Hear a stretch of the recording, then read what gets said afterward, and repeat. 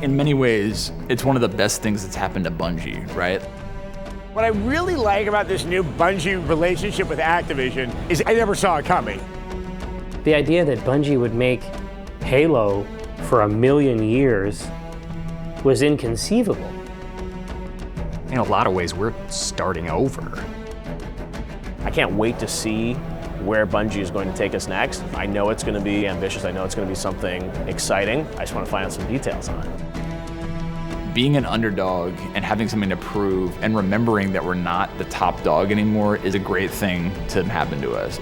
We're out on our own in the wilderness again, and we have to fight to bring every customer along with us. We've gone from a totally as sure as a thing can get with Halo to tackling a challenge which is even bigger than Halo with no real guarantee of success. There has to be some scared dangling out over the edge of the cliff and hoping that the rope we're weaving is going to hold us. I love being the underdog. It does bring back the early days. We got this great idea and we don't really understand it. It's going to be fun to figure it out.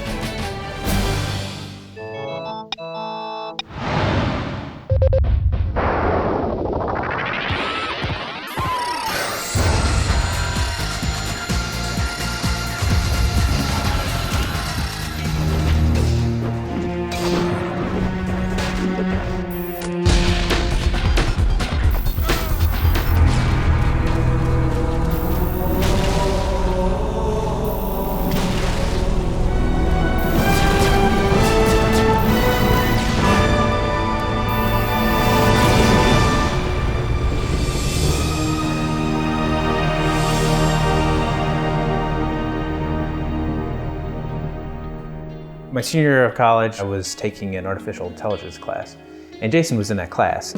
He had a way cooler computer than I had, which really pissed me off. So, we just got to talking and thought maybe we should try partnering up. It was clear right from the get-go that Alex was the business guy and Jason was the creative guy. Take his ass and take that camera. I was working on a game, and Alex was trying to start a company. All right, well, here we are in downtown Chicago. This is the classy part of town. The original Bungie office was not here. For that, we gotta go south. We occupied the second floor, so we got broken into a couple times. Several times, yeah. There was that crack house behind the building. I was employee number 5. We were in one room, well, a room and a half. Everybody did everything. We ended up with Pathways. Pathways into Darkness was our first successful game that made a profit. Then came Marathon, which was a real big hit for us. So, Jason, when you shipping Marathon? Marathon was the first shooter that actually had verticality to it. It had that sci-fi sensibility. Mac gaming didn't even really exist for me before Marathon. Marathon made me dizzy. I remember being amazed at the world that Bungie had created. We were bound by this camaraderie. We seem really immature right now. We're actually having some genuinely good interactions. Oh, geez. Good Lord. It was our lives, 24/7. It was kind of like being in a band. Soon, you will be fooled. But the project that we were working on, which was called Myth, I thought was really interesting. One of the most significant things that we did with Myth was we developed it for the Mac and the PC at the same time. It's amazing that Bungie was able to sort of nail first-person shooters for the Mac and then move to the other big genre on the PC, which was strategy games, and then nail that with Myth. Myth's the first time that real-time strategy didn't have micromanaging built into it. Sir, we're moving. Myth was a revolution. Hold your fire! It was an RTS that got rid of all the RTS bolt. You use the terrain to your advantage, which isn't something that a whole lot of games did at the time. I think Tuncer needs to get the shaft. I definitely didn't think Bungie was going to last. It didn't seem like they had a real plan for the future. We had the advantage 20 years ago of being really stupid. I mean, being really young, but that young is stupid. That's pretty cool to see. In that mindset, like anything is possible, so you just get started and then you figure out what's hard on the way. This is what I think of the Computer Game Developers Conference. The first time I met Jason, he said, "Why are you okay with building environments the way that you're building environments?" And I said, "Well, why would I not be okay? Like, I have some other choice?" And he said, "Yeah, absolutely." That sort of gave me a hint as to, oh, okay, that's kind of what our culture is about. I think it all starts with the idea that we were our own customer and that anybody else who was going to play our games, we were in their shoes. A big moment in Bungie. I think the one that stands out to me more than anything else is the Myth 2 installer bug. That installer bug that would remove your computer? Yeah, if you tried to uninstall the game, it was just a scorched earth policy, like, oh, you don't like Myth? Well, we're taking your machine. There was 500,000 units that were boxed and shrink wrapped and everything else. Alex decided to do the right thing and recalled all the copies. It was just horrible. They had to reprint all the discs. Everybody was in the office stuffing new CDs into boxes of Myth 2. That cost the company a good chunk of money. It was at least $1 million mistake. A misstep like that is going to put you in some serious jeopardy.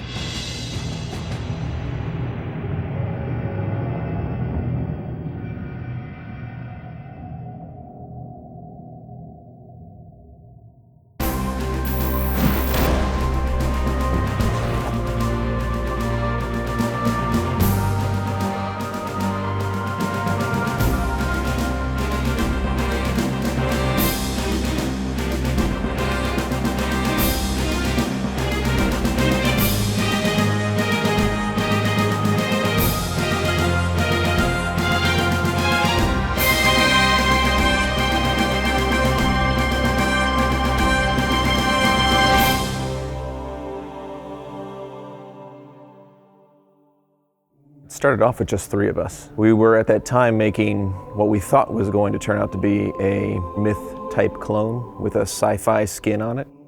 They were doing Blam, which was the code name for this other game that they were working on. We had a huge map for a continuous RPG. Then before that, we had an RTS. We had no idea what the game was going to be. I had no idea. I was just there to do concepts. It was pretty generic sci-fi. You had your typical military forces, tanks, jeeps, that kind of thing, and some armored guys. We did a lot of thinking about what it meant to be an action game, and could an action game be a real-time strategy game? And the answer was no. We wanted a sci-fi character, a guy in a suit who can go from Earth to space, so we don't have to worry about him changing clothes, and he just needed to look like a space marine. Oh God, what do we call him? Something like the super soldier. And then, we started to move the camera closer and closer to the character. What if we put ourselves in this character? And what if we became that character? Sorry for the quick thaw, Master Chief. Things are a little hectic right now. Those are the moments where things start to come together. It's Marcus saying no, we're going first person because this is more fun. I don't think we would have captured as much of the audience had we stayed in third person. Chief, Cortana says to get to the bridge, double quick. Those are the ideas and the decisions that really change the course of a game and a company. All you greenhorns who wanted to see Covenant up close, this is gonna be your lucky day. Suddenly we had this opportunity to tell a little piece of a story. I remember Joe coming to me, and all he said to me was, that's it, ancient, epic, alien. So he just gave me those 3 words. And I thought, okay, well, I'll just try combining something that does that. Came up with the pounding drums, cellos, monks, alien voice. Showed it to the guys on a Monday morning, and then they got on a plane to go to New York and show it at Macworld the next day. This is one of the coolest I've ever seen. And we're gonna see, for the first time, Halo. Which really went over big.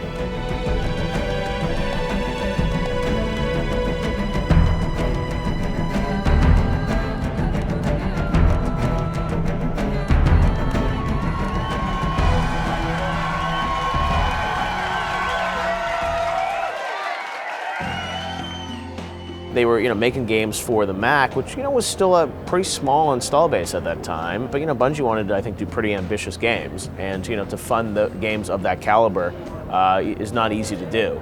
One day my phone rings telling me that Bungie's kind of in financial trouble and that they're talking to some people about potentially being acquired. It was going to be really important to Microsoft to have games for the Xbox. That's what was going to make or break it.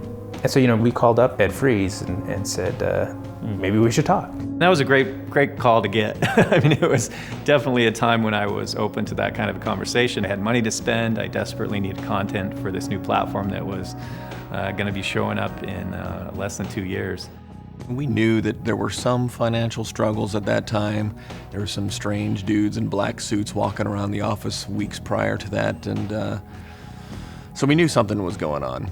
I'd been there for a couple months, and then I get called into Alex's office, and he's like, so we might be moving to Seattle. And I was like, oh God, I just, I just signed a lease. This is a group where I respected their talent because I had seen their previous games. I mean, I probably would have been interested in them just for the team, but the fact that they had this Halo thing that they were trying to figure out was a plus. Ed came into me one day and said, I want you to go talk to Jason and Alex and tell them it's all going to be okay when we buy them. Agreed. Pure and simple, cashed it in, sold our souls, came out here. I mean, if you're gonna sell your soul, Seattle's a pretty nice place to do it. Back in the 90s, Microsoft had an evil empire quality to them, and the idea that they were going to Microsoft was, oh no, they're selling out. That turning point of us going from PC games to console was gigantic. I think it was a giant gamble. Bungie, I think, presented a good opportunity for them, but it was incredibly risky too.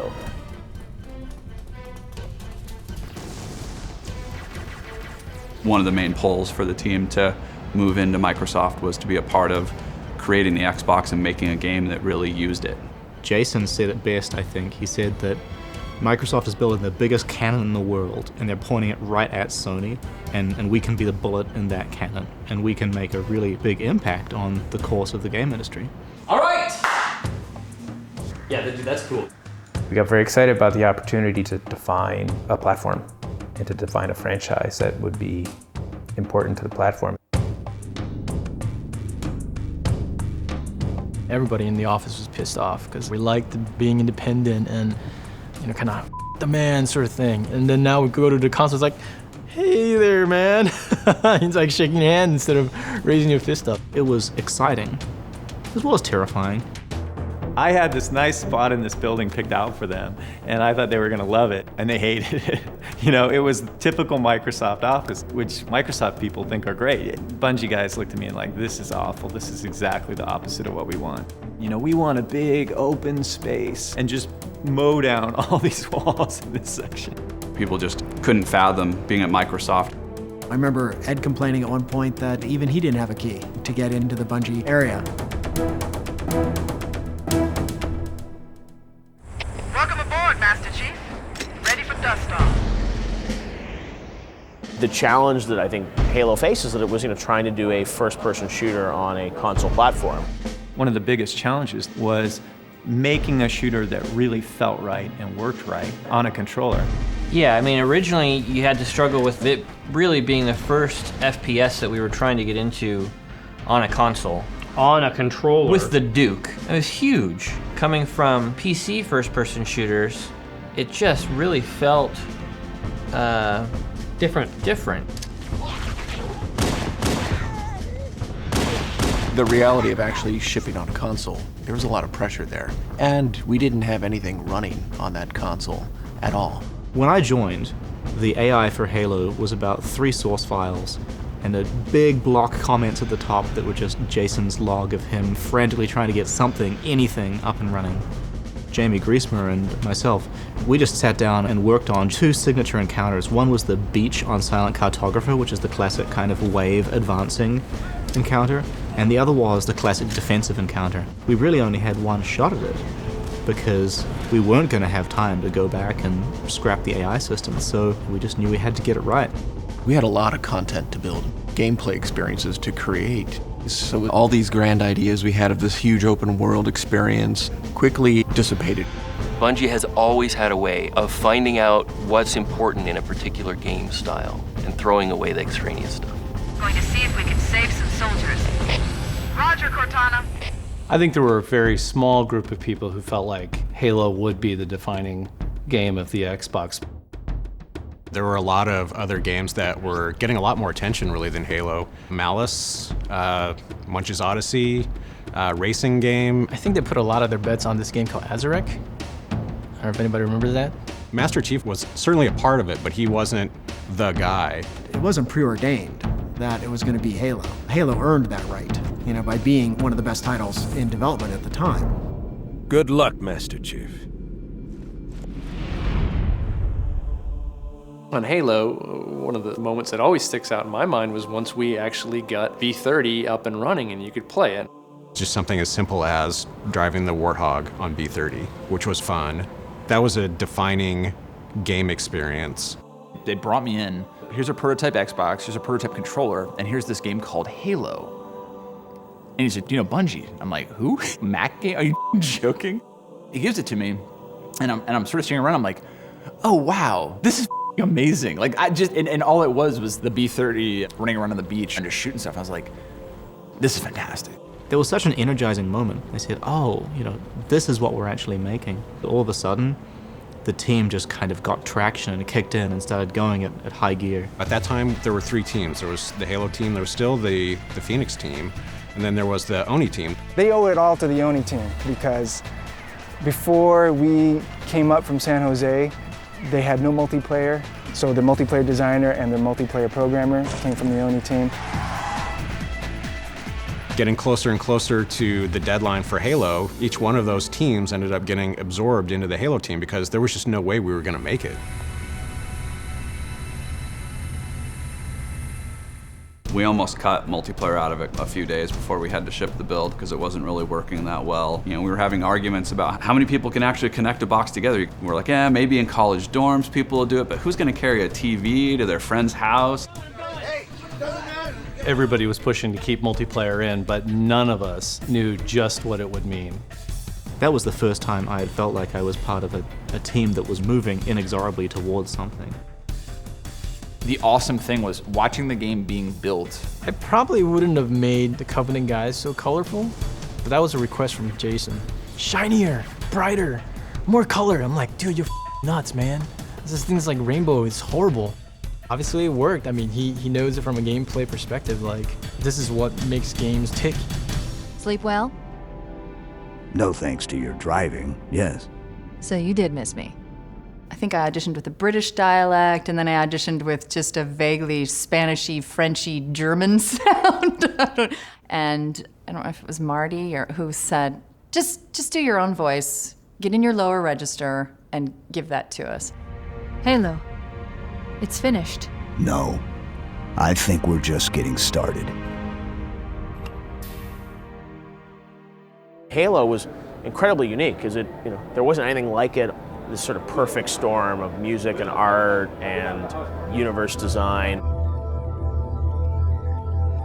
You could see that someone had really thought through a world. And the greatest stories, especially in the sci-fi realm, are coherent visions. The continuity comes from an underlying vision that shines through. Halo was an action game, and it put you in this world where you could be the most powerful actor in this rich physical simulation. It gave you this ability to become competent and then show your competence to your friends competitively or to your friends cooperatively. I'll never forget this. I get like a headshot on Zach, and I'm like, sit the down. And there's like applause. And I turn around, and there's a group of people who are watching. And before I know it, like we have this line. And people were like coming in, playing their 10 minutes of Slayer, just getting right back in line. Multiplayer and Halo just go hand in hand.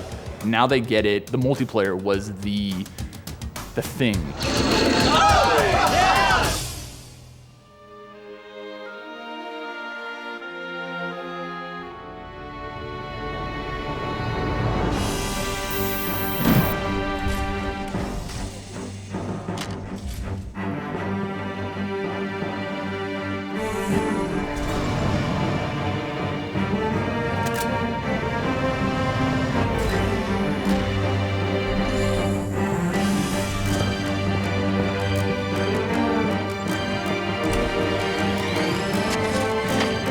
What if you miss? I won't.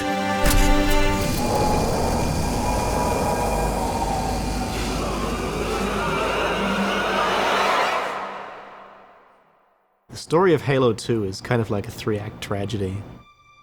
In Halo 2, they really wanted to take even another step up in terms of the depth of the story in the universe. I mean, Joe and Jason and stuff have created this really rich universe, richer than you could get across purely in even the tools that they had at their disposal.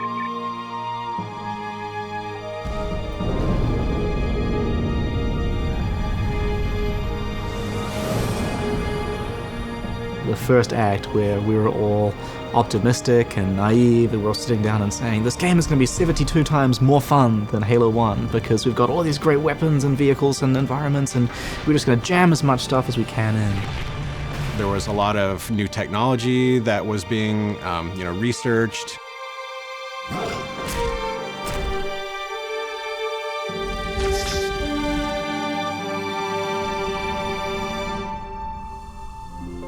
And we had to throw out a lot of stuff that we had wanted to do.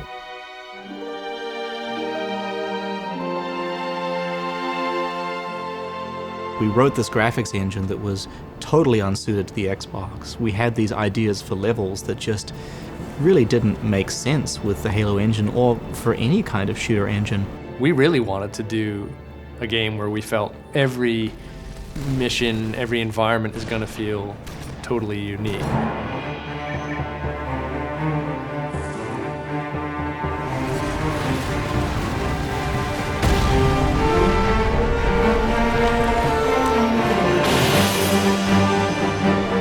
We let our ambition lead us into some very, very scary places.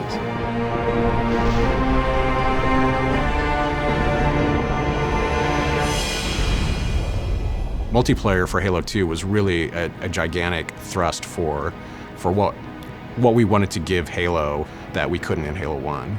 Our goal was absolutely to create the virtual couch. Halo 1's multiplayer was done by, 3 or 4 people, tops, in 6 months. Halo 2's multiplayer was a massive investment.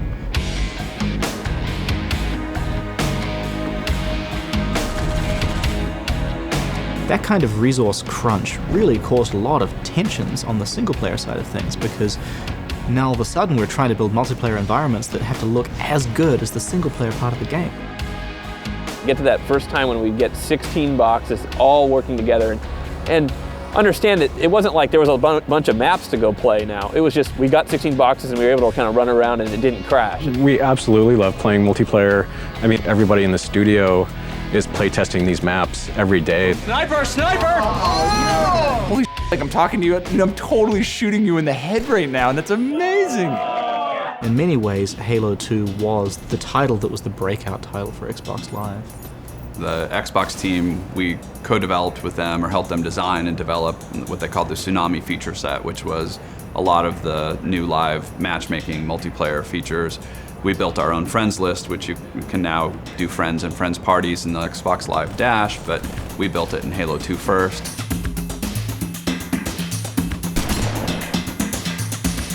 The console world kind of pushed back and said, those aren't console-y things to do, you guys don't get it. But we really did get it because we had already seen it be successful on the PC. We had seen that multiplayer play is the future. And the first time he jumps on, the crowd just, goes to this really loud cheer. And I mean, it was just, wow, it would give you chills sitting there. It's something that you don't really see very often at E3 in the middle of a demo where people are just like, yeah, that's awesome. No, we can't wait another year. I'm sorry, we can't wait. This game has to come out now. Yeah. I don't say the word awesome. Usually dude doesn't come out of my mouth. But the truth is, the game is awesome, dude. How the hell are we gonna beat this game? Hurry it up, let's get it out of here.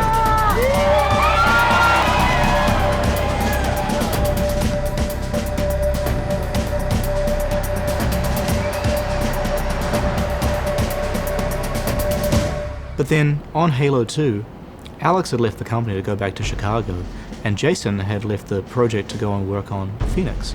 So without Alex and Jason, the Halo 2 team was led by a committee.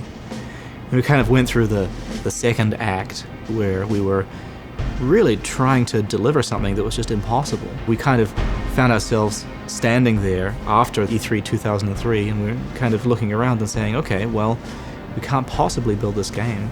We were going to show something at E3 that was actually going to be in the game. It's not in the game. It was very clear at the time that the future of the studio was in Halo 2, and if Halo 2 failed, that the studio was going to be a very different and less fun place to be in. They were going to go back and rework things, and Jason was going to get more involved. And then they came back and told me it was going to basically be a year slip. The devil himself stood up and told us we were never going to ship it, and and rammed his pitchfork up our asses. Halo 2's, not where we want it to be right now. How do we top what we did before? And even if we would say, wow, we're too tired to top what we did before, the pressure is there, and I think we put it on each other. A disastrous flaming turd of failure would be probably the right way to say it.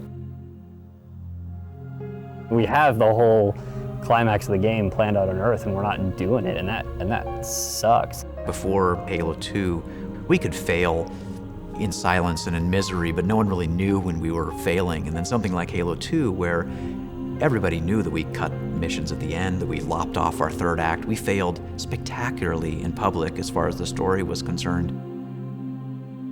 Yeah, they literally did have to cut off sort of the end of the game. There's the big knife, and we just chop it sometimes. And, it must have been heartbreaking, I'm sure, to the guys at Bungie. It's a trade-off we've got to make. We can't develop forever, otherwise there'd never be a game. Our nuts fell in the fire, and they really weren't totally burned when we picked them up. We kind of made it at the end, they still worked. As much of a death march as Halo 2 was, we got to the end of it, and there's a bunch of seeds there that are exciting and really fed the rest of the trilogy. This is Spartan 117. Master Chief, you mind telling me what you're doing on that ship? Sir, finishing this fight.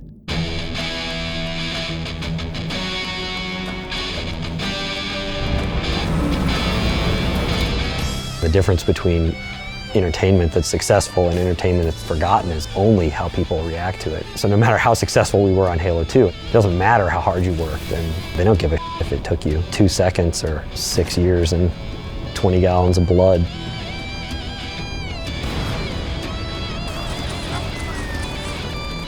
I looked at our bug count and we were in triage, and I realized we were going to make it. We were actually going to ship this game. And I think that was probably one of the proudest moments for me, just because it had been so hard.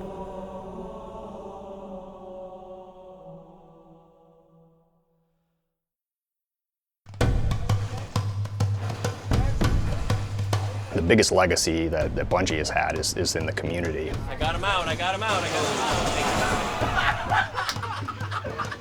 All of us were caught by surprise just to see how it became a cultural phenomenon in its own way, with people gathering in basements and having LAN games. Don't jump!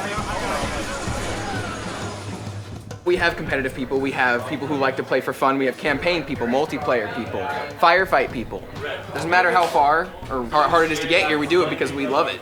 We've got people that flew here from Sweden, we've got people from every corner of the country, and that's not a hardship, that's part of it. I pick people up that I have never met before, and I drive them here from the airport, and it's crazy. I've never met them, but somehow we share this bond. Somehow we've been friends, even though they've only existed as characters on a chat room screen. You have people here that didn't even start with Halo. They started with Myth or Marathon, and they've carried through this whole time, and it's incredible.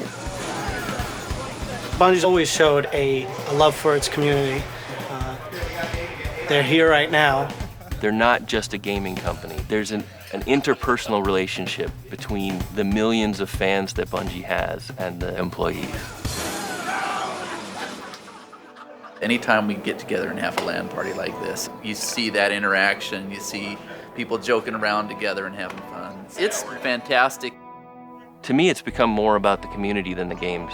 A huge chunk of my life has been this game and this company and the fans of this game. 20 years from now, when I'm not playing games at all anymore, maybe, this is the stuff I'll remember. We were kind of in on the ground floor, seeing how this group of guys in Chicago, seeing them slowly work their way up and not forget us. When you're spending that much time invested in a game, it is nice to know that people are listening to your responses to it. I remember hearing feedback from people when I started working at Bungie, and I was like, are you kidding me? Like, you guys actually listen to your community? And we're like, that's how we've always kind of done things.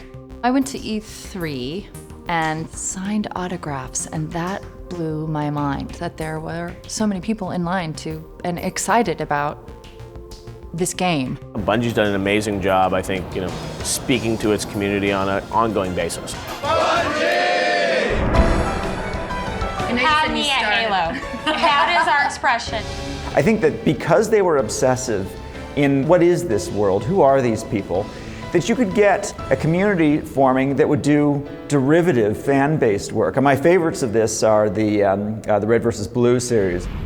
How ironic. No, that's not ironic.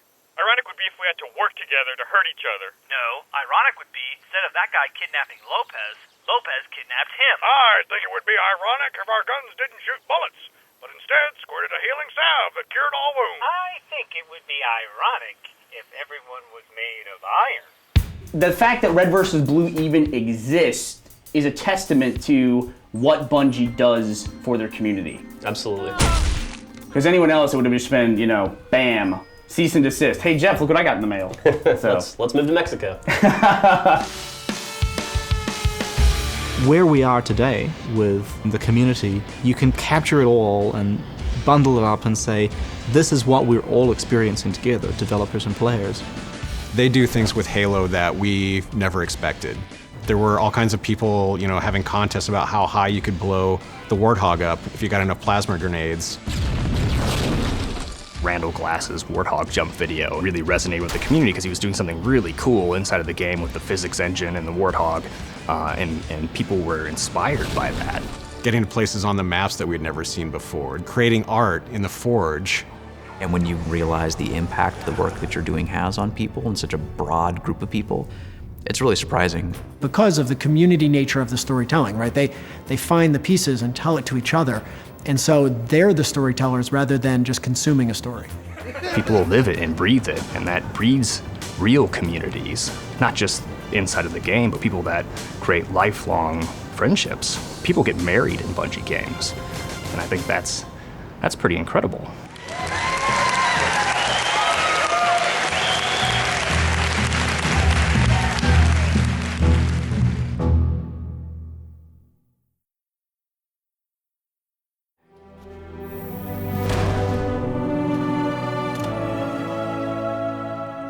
I know you, your past, your future.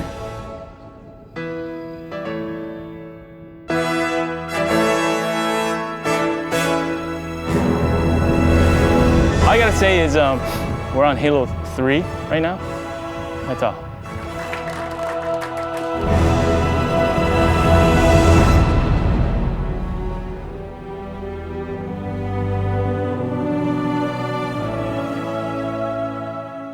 We wanted to create something that stood out from the crowd a little bit. It was really important to us to end on a high note with Halo 3. Send me out with a bang.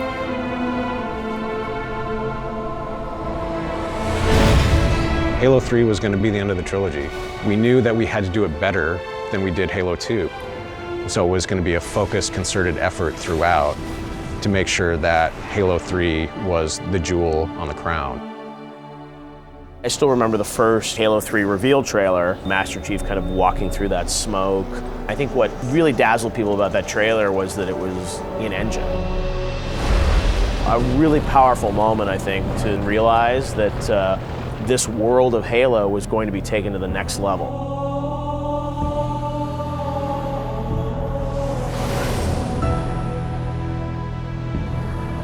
We're shipping on a new box. We've got all this new tech. We're kind of rewriting the engine. We've got higher def. Everybody was fighting over all the new memory, all the new processing power. Where was it going to go? Was it going to go to graphics? Was it going to go to AI? I remember that as being like one of my most nervous Are we gonna be able to do it? Like, are we actually gonna finish it? It's one of the top risks on Halo 3 is we're gonna have to cut co-op again because we can't get it to work. Nothing got done today. What? We had a crash. You had a lot of influx of new people. Closing in on bug number 25,000. They were super excited to work on a Halo game. So that actually carries you. I think it's cool. You think it's cool? Yeah. If you do something cool, then the artists will go out of their way to try to use it. Seeing all this water all just popping up and down, you know, like in every level, that really makes me very happy. And so that's got to be one of my favorite moments.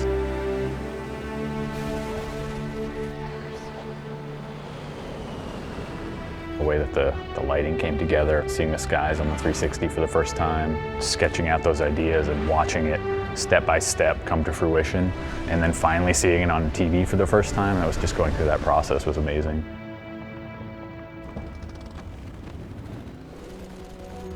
We went through a full year of pre-production on this project. And so when we moved to Halo 3, when we moved to the new Xbox, we could do close-ups, we could do solid facial animation. Where is she, Chief? Where's Cortana? What's gonna happen to the Chief? What's gonna happen to Cortana? Chief. Cortana? High Charity, the Prophet's holy city is on... Cortana. Cortana plays a huge role in the fiction of this game, and we didn't want people to forget about her. We actually see her fighting for her existence.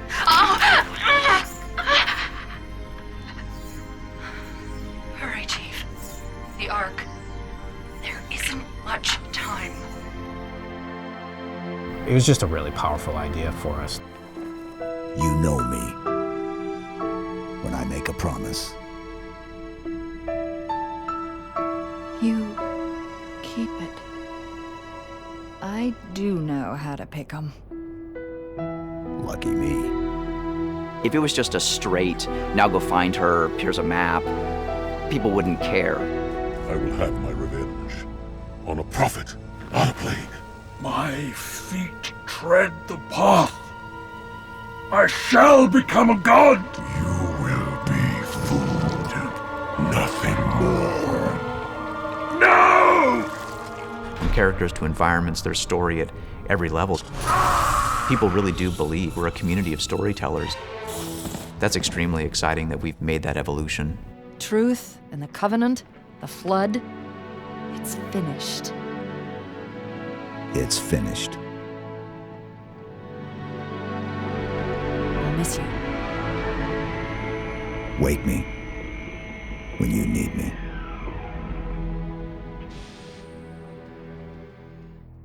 Halo 3 to me seemed to be like the next step after Halo 2 from the point of view is when we added Forge, file share, save films, and co-op.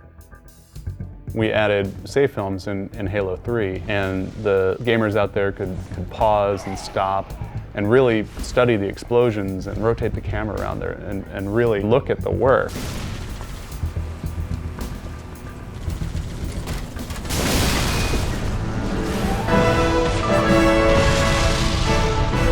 That was a real-time, direct connection to our community. It was probably the moment at Halo 3 launch where I realized, wow, this is as big as anything can get. I remember being in Manhattan where the big launch was occurring, and it was absolute pandemonium. Bungie turned it into this seminal, worldwide cultural event. You might not see people playing games because it's practiced in their own home, but everybody is doing it. Less than 50 seconds until you guys get your hands on Halo 3. You pumped? So excited right now. Master Chief rules!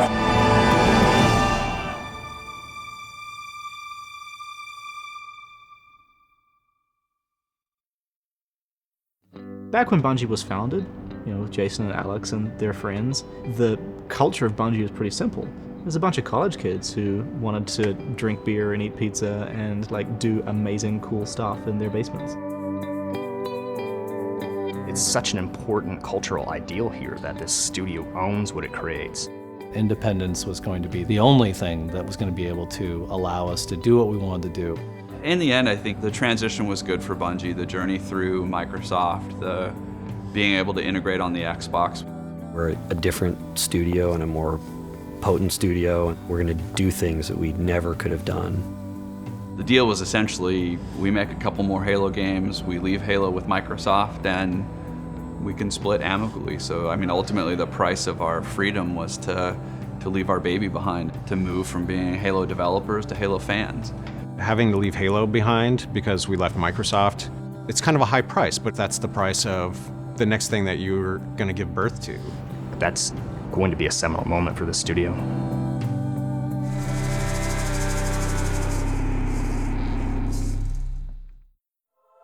Harold had promised Microsoft, we had 2 more Halo games, and Reach was only one of them. What can we do in 1 year with the engine we've already built, not a whole lot of engineers, just a handful of artists? What can we do in a year to get a game out the door? Harold looked at us and said, make it happen.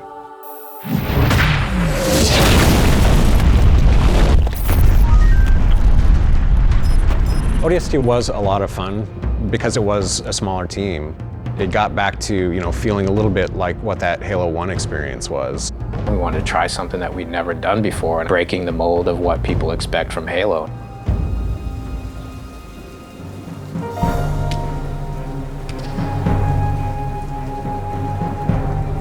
Even faced with making a game in a year, we couldn't just kick something out. We wanted to make it different. We wanted to tell an interesting story in a new way. Pretty early on, film noir was mentioned, detective story was mentioned.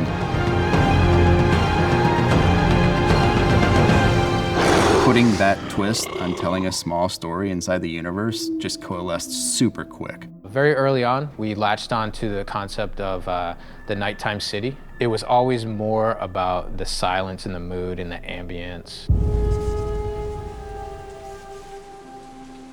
I did brand new music for ODST because it was such a different mood. It was not at all the big space opera. It was the one day, one night story, film noir, rainy, wet, wonderful atmosphere. For me, it meant this should all be new music. I was kind of hoping that wouldn't be 6 hours of new music, but it ended up being about 6 hours of new composed music.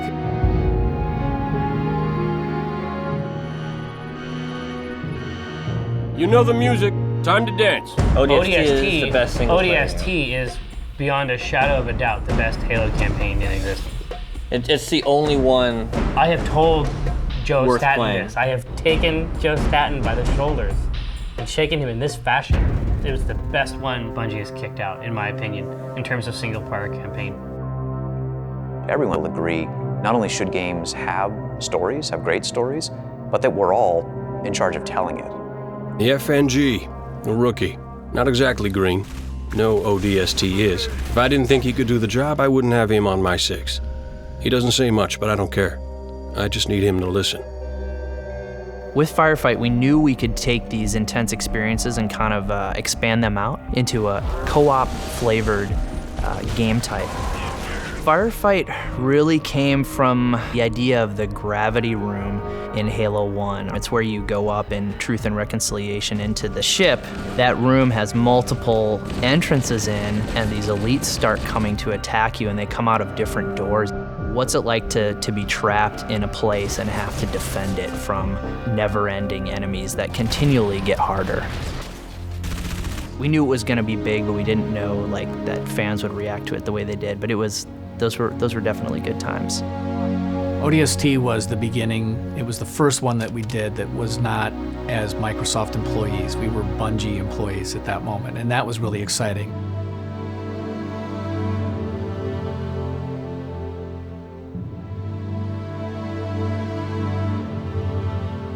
The Covenant have found Earth. They own New Mombasa.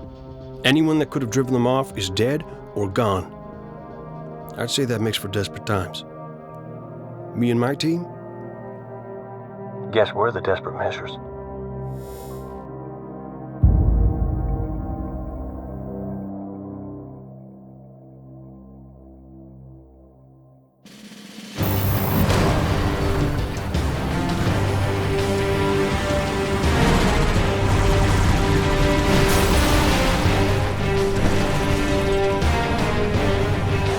We've been engaged!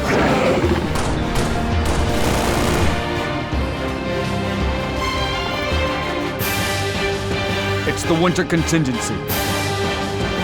He can't help us all.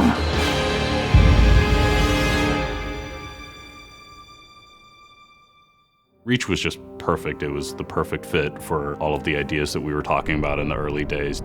Doing something with a little bit of a harder edge than Halo 3, bringing back the scariness and the alienness of the Covenant. All of those sort of dovetailed perfectly with Reach. I think Halo Reach was the game we were trying to make from the beginning. Reach is having so much to it. The campaign and the co-op and the DLC and the firefight. I mean, there's just so many elements to these games now.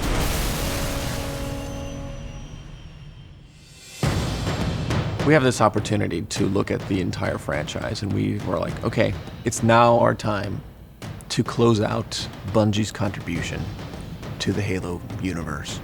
How are we going to do that in a way that does justice to this big thing that we created? We're able to pick up the notepad and say, oh man, look at these 15 things that we crossed out we just couldn't do. And let's start there, and then let's see what else we can do as well on top of that. Having a rich online experience, a rich set of services that we'd written ourselves, bring deeper immersion into our campaign and our cinematics. Mocap became integral into all of our gameplay animation systems. If you look back on the whole series, our animation system actually had pretty much been the same. We hit this point where we just said to ourselves, I think it's time now to take animation into that next generational leap. We had to figure out how to create high-res models, approaching the art from a whole different point of view. Like with Reach, it was, let's make it much grungier and dirtier, like these guys have been in the shit. We wanted to pull the helmets off all the Spartans, and we wanted to get to know each one of those Spartans up close and personal. They needed to be human. Reach has been good to me. Time has come to return the favor. Don't deny me this. Really make sure they conveyed that emotion. You see that literally on their faces. You want to know if we're losing? I know we're losing. I want to know if we've lost. Reach was the ultimate Halo game. The biggest Halo game we had ever made, the most exciting Halo game we had ever made. It was absolutely liberating to no longer be tied to the storylines from Halo 1, 2, and 3, to sort of know that we were making a standalone.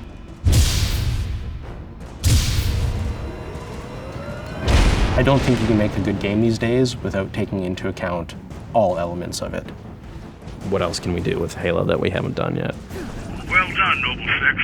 Uppercut initiated. Firefight, invasion, armor abilities, even the ability to sprint in a map started changing really fundamentally how the game played.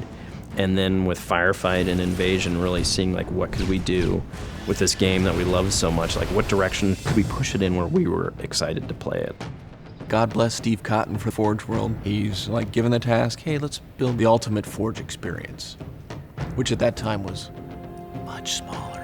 Before you knew it, we had this incredible space. Steve was like, he believed in it, and he was so excited about it, and he couldn't help but to like look at it and go, God, I believe in that too.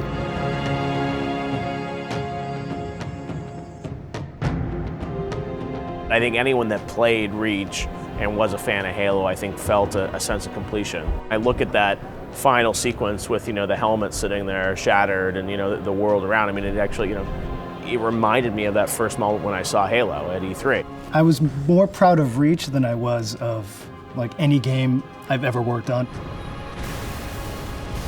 With ODST, with Reach, in ways that we haven't revealed yet, we absolutely learned important things from all of those games.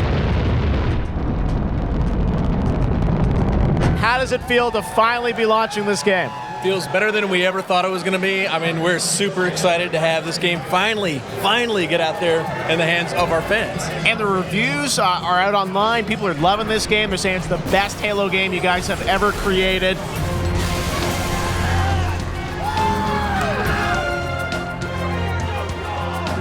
The last 10 years have been a whirlwind of creative construction of an amazing universe, building huge teams, nearly burning out a couple times, and ultimately leading to something like Halo Reach that to me, was all of the right things put together. Like, that was a great way to end the Halo series. That was the perfect way to do it.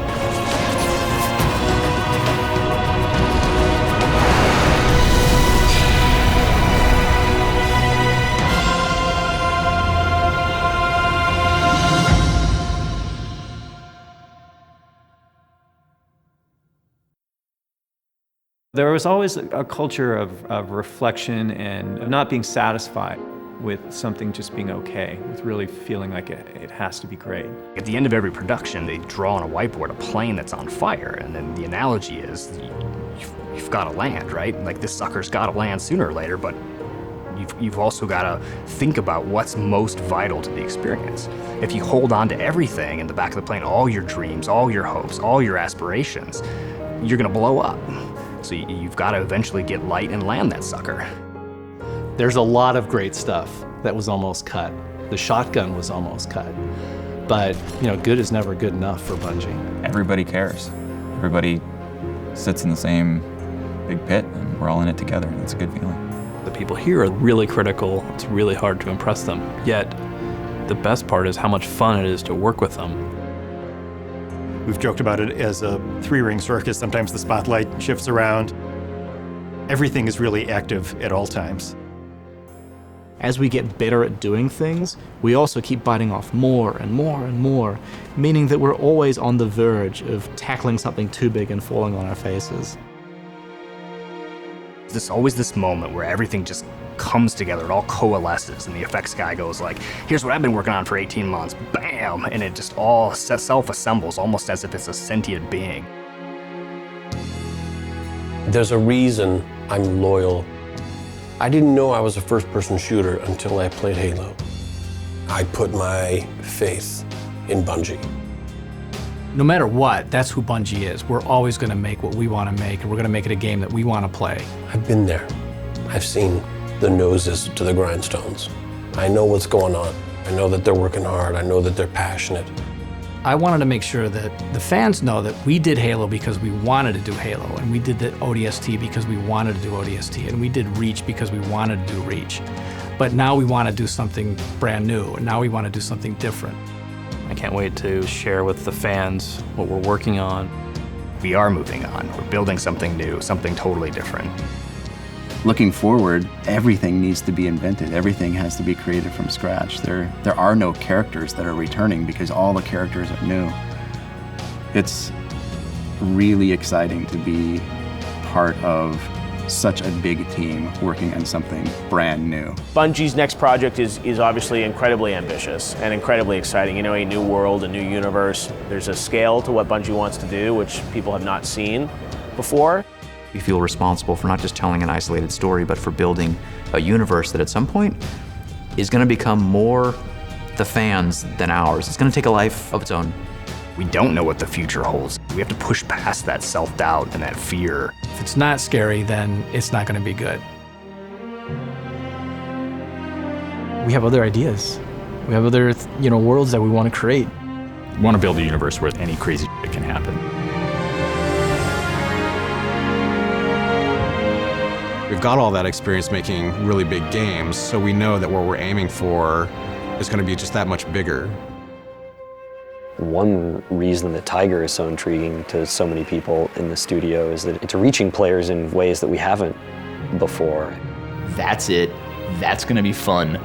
Clear the fucking table. I believe that it absolutely will be a game changer in the way that Halo was a game changer. We didn't even know how big Halo was going to get. How can anything be bigger than Halo? We'll find out.